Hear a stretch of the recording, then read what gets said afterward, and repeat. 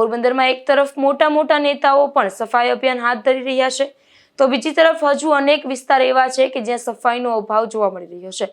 આવું જ કંઈક જોવા મળે છે નગીનદાસ મોદી પ્લોટમાં. પોરબંદરનો આ એ વિસ્તાર છે જ્યાં સફાઈ કામદારો મોટી સંખ્યામાં વસવાટ કરે છે, પરંતુ વિડંબના એ છે કે આખા શહેરની સફાઈ કરનારાઓ પોતાના જ આંગણે ગંદકીના ગંજ ખડકાયા છે.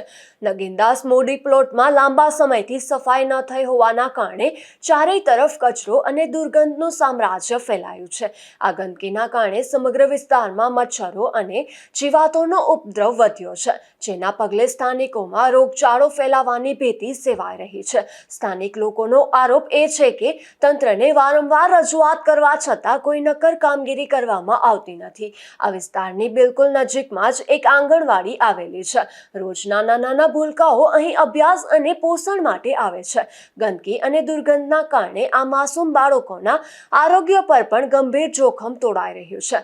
વાલીઓ પોતાના બાળકોને આંગણવાડીએ મોકલતા પણ ડરી રહ્યા છે. નિપુલ પોપટ સાથે અશોક થાનકી, ગુજરાત ન્યૂઝ, પોરબંદર.